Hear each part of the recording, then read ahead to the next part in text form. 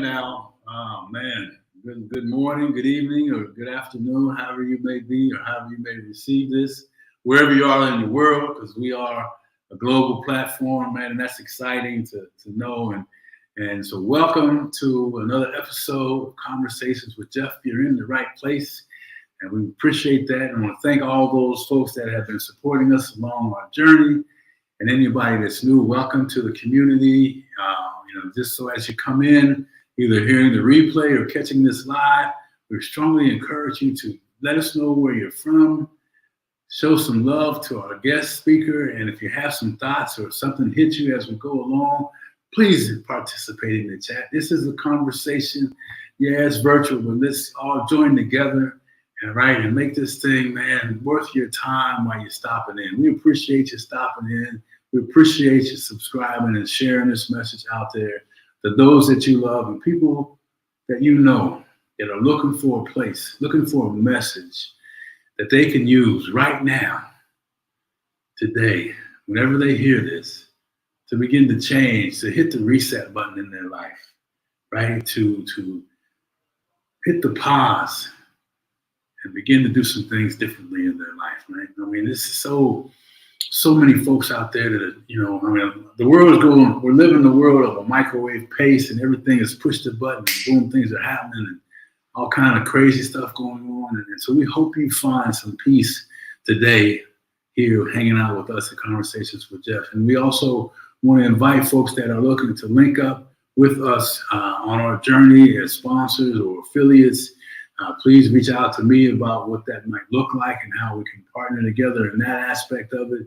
And lastly, as I finish up the commercial part of this show, as a keynote speaker and old corporate guy and entrepreneur, I really want to let folks know about the opportunities that I have with them as a business owner and employee, kind of bringing them back to the table. We've been through some crazy stuff with COVID and business owners are losing people and people are working on leaving companies, but there's still those folks that want to stay in place.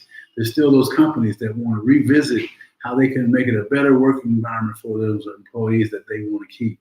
And we've got solutions for those folks in that space right there. So if you know anyone in that arena, please reach out to me and let them know that we should have a conversation, right? Because it's all about sitting back down at the table and kind of clearing out the clutter, getting some clarity and a purpose and a mission, and then giving a clear picture as how the employee can grow and then how the employer can commit themselves to that path and make some great things happen, right? So for those of you out there that know folks in that space, please reach out and let's continue to talk about that, right? All right. Hey, so listen, I'm your host. My name is Geoff Tyson, and I'm the host of Conversations with Geoff. And our mission is based off of how my life has been, because I'm known as the comeback king, right? Like many of you, my life has been like a roller coaster at different times, man. I get things moved up and then I'm climbing the hill and then all of a sudden I find myself in the valley again. And it's that chatter, that continuous chatter. We have two conversations going on in our head all day long, right? And one of them's got the stinking thinking and the other one is, that whisper sometimes. That other one is that encouraging voice. That other one is I can voice. The other one is I must voice. The other one is I will not stop until I reach my destiny. So in Conversations with Geoff, man, it's about a few things. One, helping folks become aware of, I know we know it, but just being aware of the fact that, hey, the 6 inches between our ears is the pathway to a whole nother living. You change that state in our bodies, and then we're connected to the story we're having in our stories to ourselves, and we create opportunities, man, that are mind-blowing. The strategies are built off of a new state, a new story, a new message. So I challenge you today, as always, the Conversations with Geoff. What one word are you using that does not help you, does not feed that voice that you need to have, but is continuing to feed the other voice? What word is it? Is it I can't? Is it I'm stressed out? Is it my maybe, will? I mean, just words that don't move you forward. What statements are you using? I hear it all the time from people, and it's just kind of like, man, Do you recognize what you're doing when you say, I'm so stressed out, I can't take another step? And you say that all day long throughout the day. I'm worried about whether or not I can and put something, a word in that space. Those are what we're talking about. Hey, I'm guilty of it as well, but I know this, and we're going to move on from this point, man. Because the gift that we all have, that's why we get excited in conversations with Geoff. The gift that we all have is becoming aware of what we're talking about today, then starting to do some things differently, replacing those things. Give yourself some grace, because it's not going to happen. The change won't happen overnight, but it's going to happen. So I challenge you. And today with this message, our guest, we talk about someone that has a real gift around taking a really big issue around anxiety and mental health and just bringing it down to a common language. This is my friend, man. I'm going to talk a little bit about his Bible. He's a husband, a father, a mental health professional.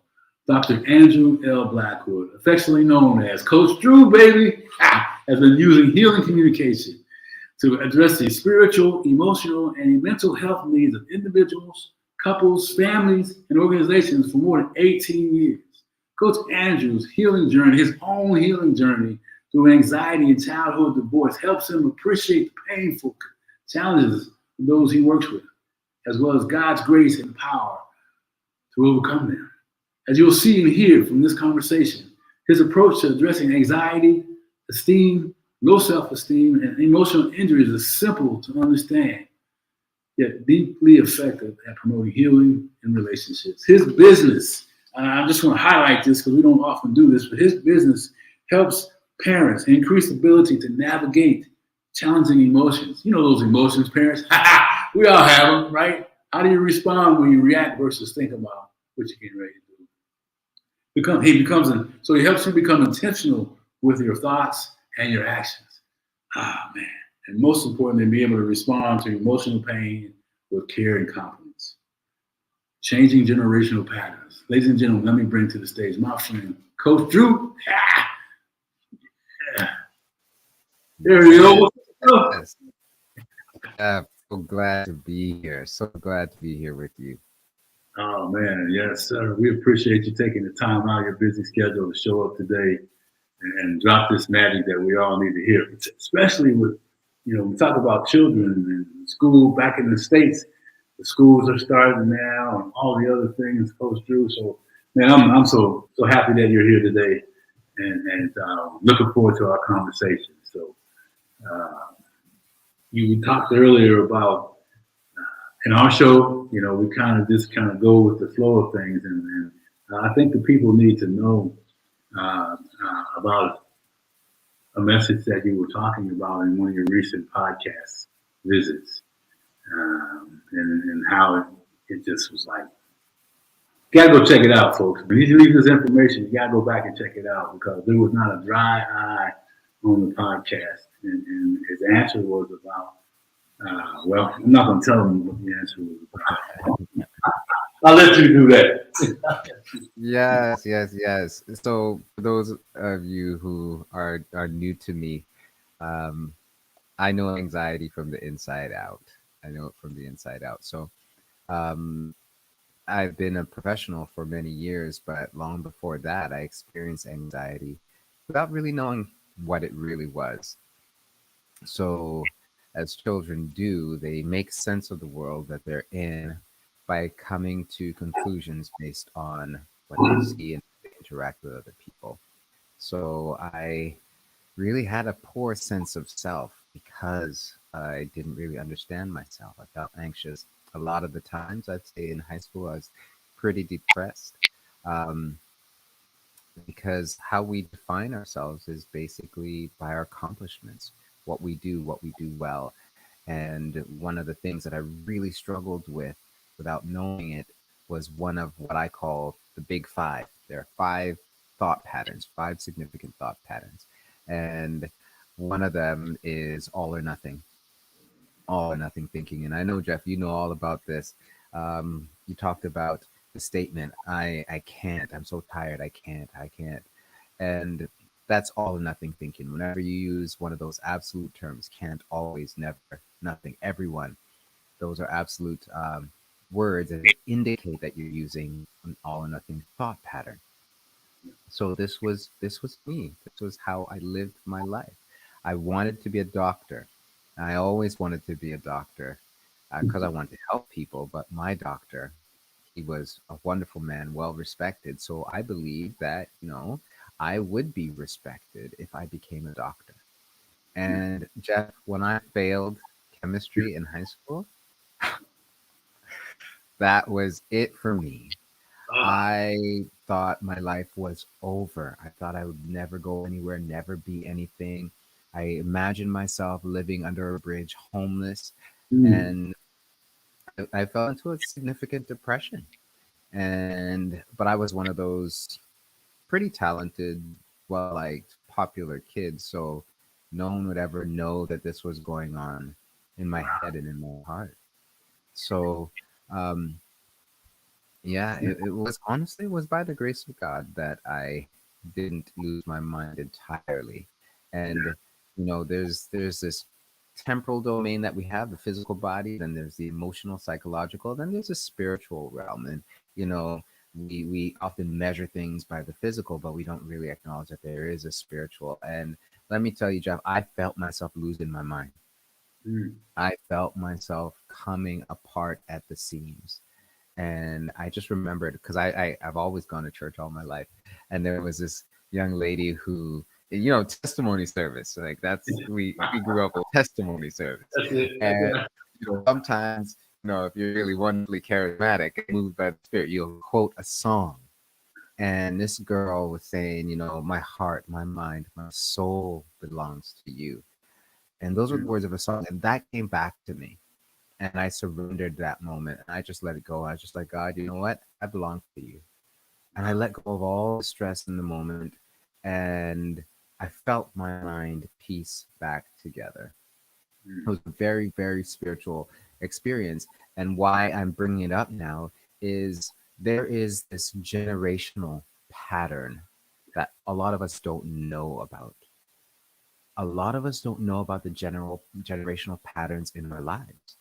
And come to find out later in life, when I went and did my master's and my doctorate in family of origin studies, you do a genogram and you do interviews and you trace back your lineage and you figure out the experiences of other people. My dad's eldest sister had a psychotic break mm, because she was not able to go to med school.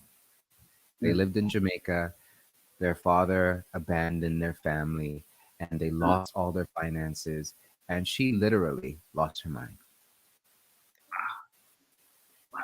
Can you see that generational pattern that was trying to make its way into my life, into the next generation? My dad wanted nothing with his dad. And interestingly enough, my parents ended up getting divorced. Mm, That was the last thing that my father wanted. But yet, that happened in the next generation. yeah. So often we as parents, we don't realize that our experiences can make their way into the next generation if we don't address them. Mm, We don't address them. So I by God's grace, I didn't lose my mind. He helped me to move through that period. But what's interesting is those generational patterns, they don't stop trying to make their way into the next generation. I went into studying how the mind works, counseling, and things of that nature. And the more I learned about myself, is the more things started to make sense. mm, So there's a spiritual pressure, I believe, trying to move generational patterns down, and that also impacts our genetics. yeah. Right? There are studies that will show, neuroplasticity and how these genetic things happen to us. Our cellular chemistry is changed by our experiences. So one of the things that I realized about myself, looking back now, is that my nature, I'm prone to anxiety by nature. Mm, I am. And I'll give you an example of how it manifests. In retrospect, in grade three, when my family moved and we experienced this great change, and I moved to this new school, and I was the only black kid in the school now because I moved from a school where it was predominantly black. There were three white kids in the school. Then I moved to a school where there were three black kids in the school. Big Oh, change, big cultural change, mm, new house, new environment, no friends, everything's changed, and a very stressful time. yeah. Uh, and the teacher asks this question, and she's Mm, going around to all the kids, "What's your favorite number?" And and I started to panic, Jeff. It sounds like mm, a harmless question, yeah. but my interpretation of the question caused me to panic because I'm like, "Oh my God, I don't have a favorite number. Everybody else has a favorite number." Right? Uh, You hear that all nothing thinking that I have to have a favorite number because everybody else has a favorite number. That's just the way I perceived it. mhm. So I just said five because my birthday is on the 5th of February. If anyone's interested in sending me gifts and cards and all that stuff, February 5th. Uh, so, uh, yeah, so I get this number now in my head. So I'm like, five. That's my favorite number. So I'm like, Mm, okay, so what do you do with favorite numbers? You got to do something with it. Everybody has one. What are you yeah. gonna do? So I started doing things with the number five. Like I started Mm, trying to take 5 steps, 5 sips, or whatnot. But I was mm. like, this doesn't feel right. I had to balance it on the other side. So Wow. I went for 5 to 10 because it was just in retrospect, I was like, oh my goodness, Mm. that's compulsive, Andrew. And I would do that everywhere. Like I was Wow. walking do this, and it really cropped up during times of stress. Mm, Stress would be a trigger for that OCD. yeah. Nobody taught me that. I didn't Yeah. learn that from my parents. My parents, as far as I know, never struggled with that, but that was my nature. Yeah. So it's important for me to be aware of that. So as I live, I can understand if I don't manage my stress well, it's Mm, going to trigger these things in me. yeah. Yeah. And what's interesting now, as I have kids and my brother has kids, and I look at our children, I'm just like, oh, I see that.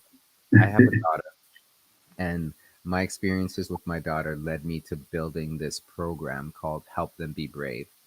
Mm, And we were sitting in the backyard one summer, just my wife, my daughters, and a couple family friends, laughing, having a good time. And my daughter, she loves to sit next to me and be all close because that's just who she is. And Daddy girl. daddy's girl, they're both daddy's girls, but this one, she's extra affectionate. That's She's good. close to me. And then I just feel her press into my body sharply, and she's not laughing anymore. Mm, And I can feel that she's not even breathing. And when I mm, look over, I can see that her eyes are fixed on a bee. Now, I know a lot of people don't like bees, but mm, she was so afraid that it scared me. mm, Her fear triggered my fear. And I mm, panicked because my mind raced into her future. I could see her struggling and not being able to live life and, mm, not be able to go outside and, mm. worrying about this and that because I've seen it in the lives of people that I've worked with over the years. Yeah. And I'm like, oh my God, I got to do something about this. Mm. So over the next little while, I pulled together everything that I could find because nothing's too good for my girl. Come on now. Right? This is daddy. I go into Yeah. daddy. And I Yeah. said, okay, this is what I'm going to do. And I wove in all that I knew Mm, from my work, my professional life, and my mm, personal experience into daddy daughter conversations every single day. mm, And Jeff, let me tell you, mm, I watched her grow. mm, It, mm, it, it was striking to see how quickly she changed. She went from being paralyzed with fear to one mm. day, that same month, just a few weeks later, we are at the butterfly conservatory and we're in the garden, and there are butterflies, but there are also bees Ah, everywhere. yeah. And she runs up to me and is like, daddy, there are all these bees around and I'm not scared anymore. And Wow. she just skipped off as if she was never afraid. She went from being paralyzed to running free. She went from being scared to feeling confident and happy. Mm. And I know that's what every parent wants for their children. That's what my parents wanted for me. Yeah, But they didn't know how to do that.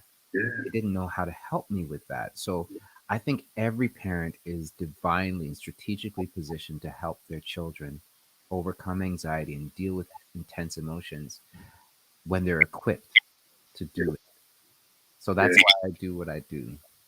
yeah, yeah, man. I'm sitting here listening to the whole thing and all the way back from the very beginning when you talked about, going from an all black school to an all white school, and then I could see myself in the classroom when they talked about my favorite number, already feeling out of place, already feeling like you don't belong, and just confused about all the other things in life.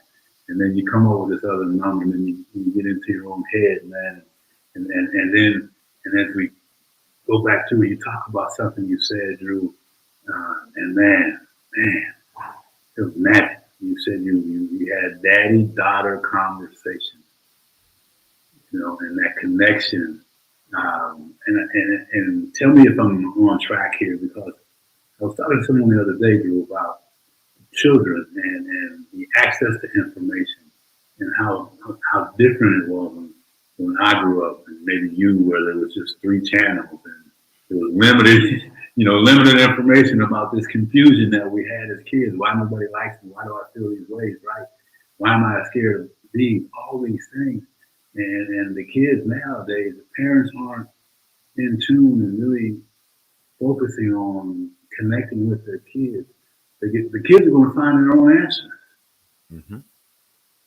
and those answers are going to be what they base their decisions off of. And the answer on the internet versus the answer that your daughter gets from you is night and day different. So it just, I mean, God, I love that. That's Yeah, there. it's important distinction. There is information, and then, like you're saying, there's connection, which leads to an experience. Yeah, Because a lot of the times, especially caring and loving parents, we give our children information, whether they get it from the internet or we give it to them. We expect them to be able to not only hear it, but understand it and internalize it and just live it out. That's a wonderful desire, but that's an unfair expectation. There's a yeah, difference between a desire and an expectation. yeah, Right? yeah. Our expectations become unhealthy when they are unfair, when they're inappropriate developmentally, and Mm, when they're not explicit and there's no agreement. And that's across the board, regardless of the relationship. Those are some factors that make our expectations healthy or unhealthy. yeah, So when we give our kids information, for example, oh, don't be afraid of that. That's not going to hurt you. It's coming from a great place, but it actually doesn't help. yeah, It can actually make things worse because that child is like, okay, you're not afraid of it, and I am. So that means I shouldn't be afraid of it. That means something's wrong with me. with me. It Yeah, doesn't help them yeah, understand their fear. It doesn't help them understand themselves. Just giving them good advice and good information or reassuring them can actually make things worse. yeah. So what I do is I equip parents to move through what I call the parental peace framework. Mm, Um, and we don't have time today to get into all of the elements, but the second element in the parental peace framework is actually emotions. mm, Emotions are the language of the heart, and it is important that parents learn to speak and learn to converse in the language of the heart, or they'll get locked out of their children's hearts. So when we are not able to sit with our children and what they feel, mm, we're robbing them of a very important ability. So the ability to tolerate what we feel, the emotions, we want to tolerate it. And I know you do a lot of work with people around awareness, and I'm in the same camp. So we want to become aware of what we feel, like to the point where we can label it. I'm feeling this yeah, in this moment. yeah. But we often run away from what we feel. I Mm, know this very well. I don't like feeling afraid. Neither does my wife. So we're two different people, right? But our approach is very interesting. She will run towards her fear and conquer the fear. Well, I'll just find a backdoor route. I'm like, I'm just gonna go the other way. I'll find another way to deal with it. But what's interesting is that both routes actually don't address the anxiety. Mm. Mm. Tolerating the emotion is really important. Yeah. I teach people this. There's this what I call the ATI process. You want to become aware, Yeah. you want to tolerate what you become aware of so that you can become intentional. Yeah. It is the thought that fuels the emotion. Mm.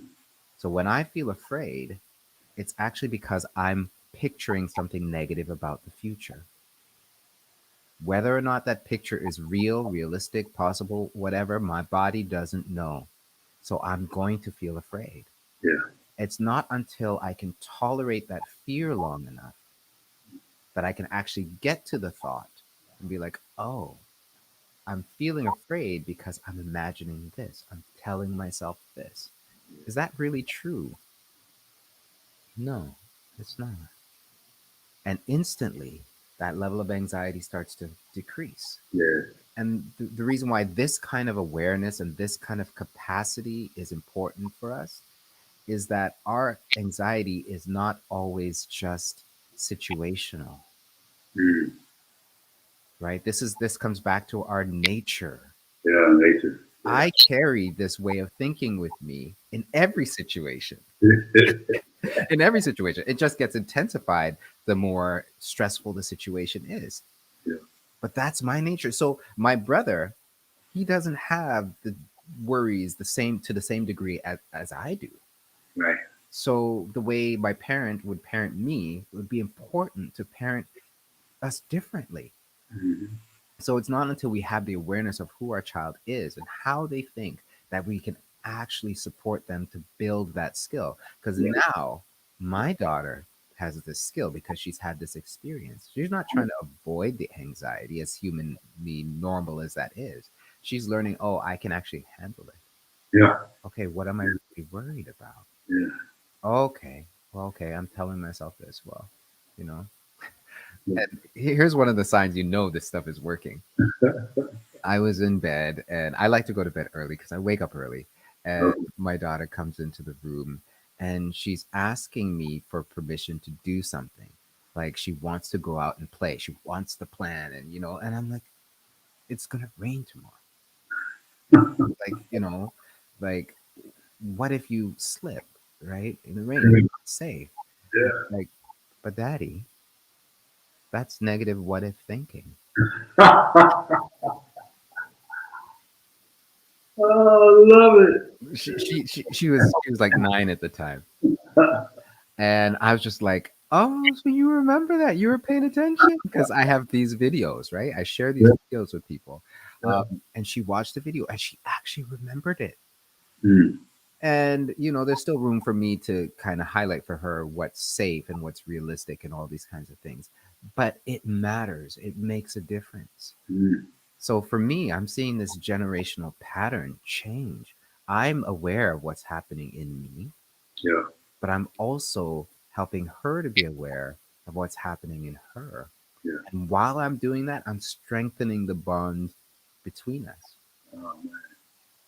But if I can say something in that, because here's powerful stuff. And I'm gonna have to go back and play it again, and I encourage everybody that hears this to listen to it again and again, because there's some really powerful lessons that you know are you're giving us here today. So I really appreciate that.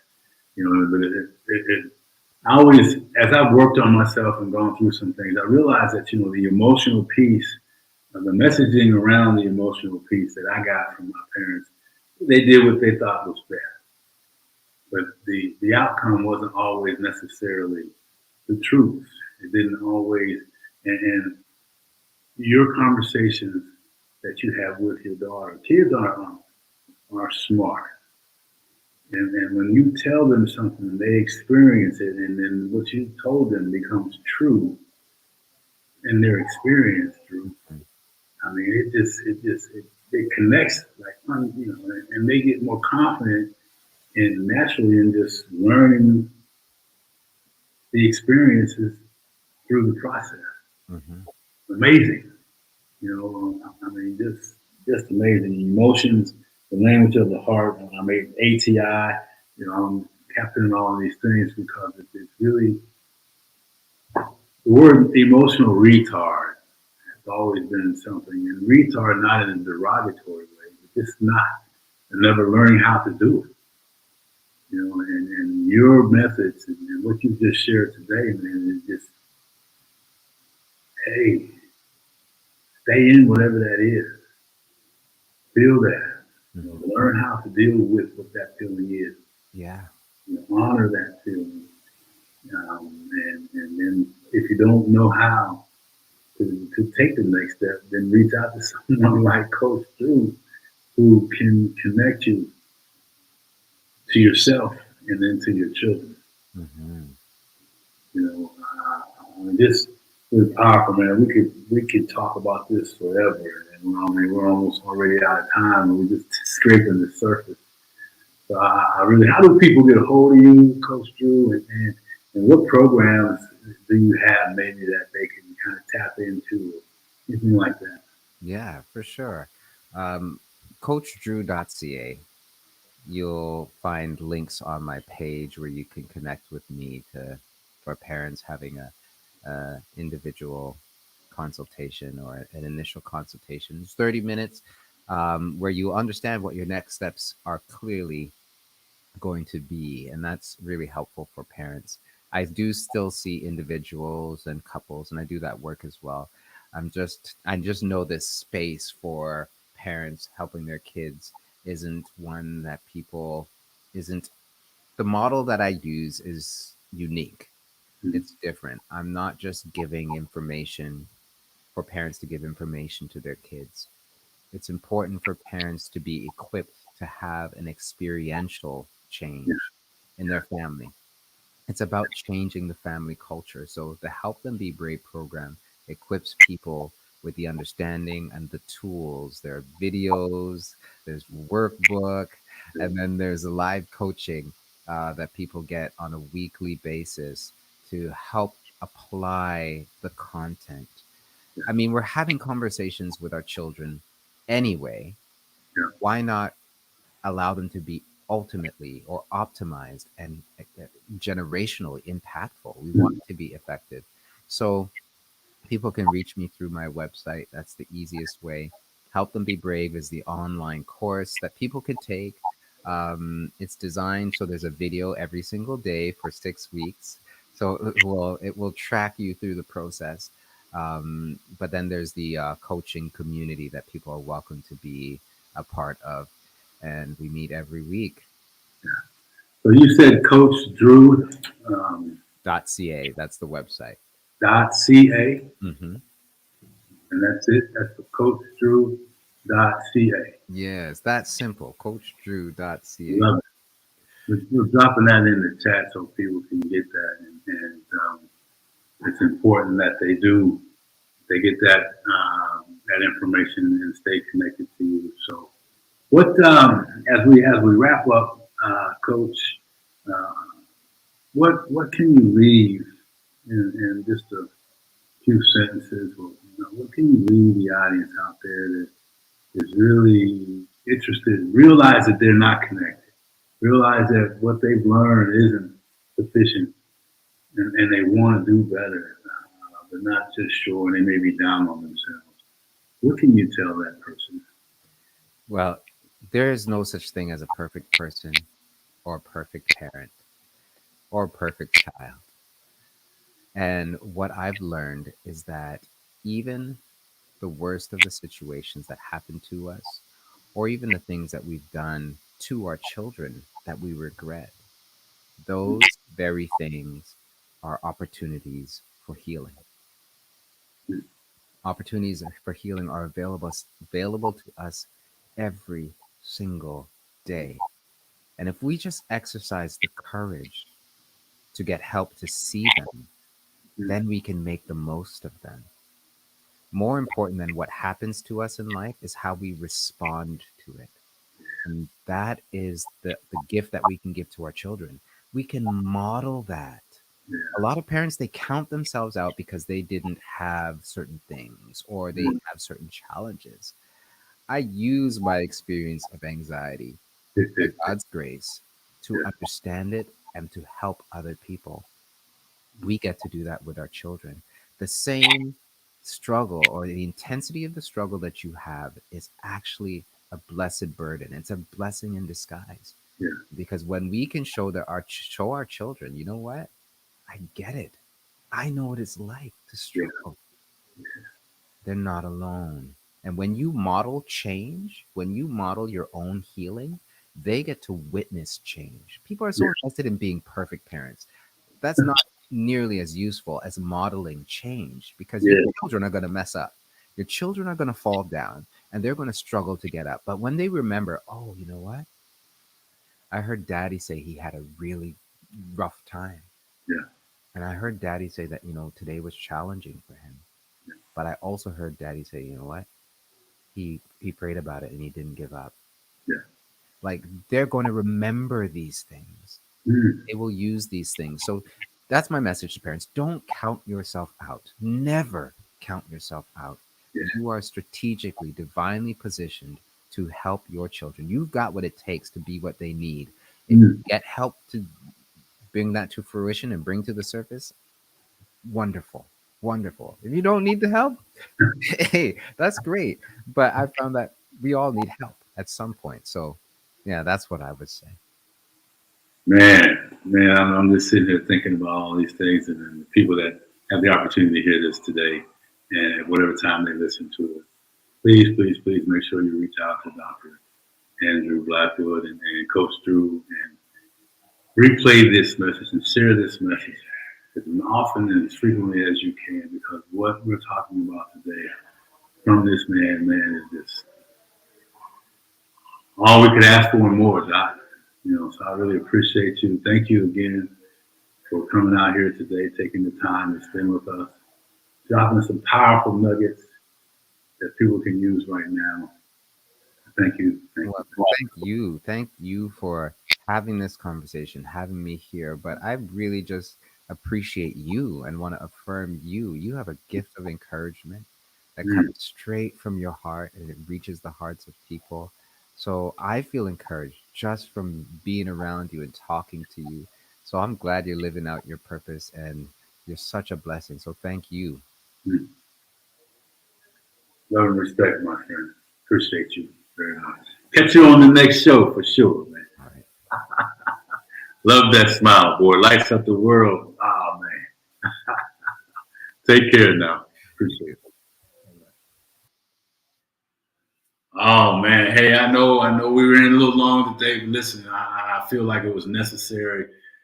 Please go back, share this information, sit down with your kids, make this a part of your conversations with your kids, and let them hear the experience that he and his daughter had, right, and how they connected. Because look, all we want for our kids is the best for our kids. All we want to be able to do, like Coach Drew says, be our best, and then also then just give ourselves some grace and don't worry about being perfect. Right, I put something in the chat, and it was, and I'm gonna close with this, and it says, "Your mind is a garden, your thoughts are the seeds. Will you grow flowers or will you grow weeds?" Ooh, I found this when I was in the hospital. I had the surgery, and I'm talking a lot about life, living life through the pause. Right, and my pause was my world shut down basically into a hospital bed, laying down with tubes, and all those other things over the last 2 or 3 weeks. And in that time, in that pause, man, it was messaging around when Coach Drew talked about today about connecting. My grandkids, worrying about them in school, and all the things that go around it. So I'm telling you, read this thing. I'm gonna read it one more time. Your mind is a garden. Your thoughts are the seeds. Will you grow flowers or will you grow seeds? So I challenge you, will you grow flowers tomorrow or will you plant seeds? It's ongoing. the gift that we have. So tomorrow, let's plant some flowers. Let's talk about I will, I can, and I must. And let's show some forgiveness. And please, please, please subscribe to this channel. Share this information. Go hug your kids today if you haven't done that. And if you screwed up, give yourself some grace and some mercy. And remember, like Coach Drew said, man, it's not about what, getting knocked down. It's about how much you can stake and still keep moving forward in this world of parenting, in this world of anxiety. And I know that you can do it. So let's stop the stinking thinking. One word, one phrase that you'll do, and let's plant some flowers and not weeds. And we'll see you on the next episode of Conversations with Geoff. Take care. Go back and listen to this message.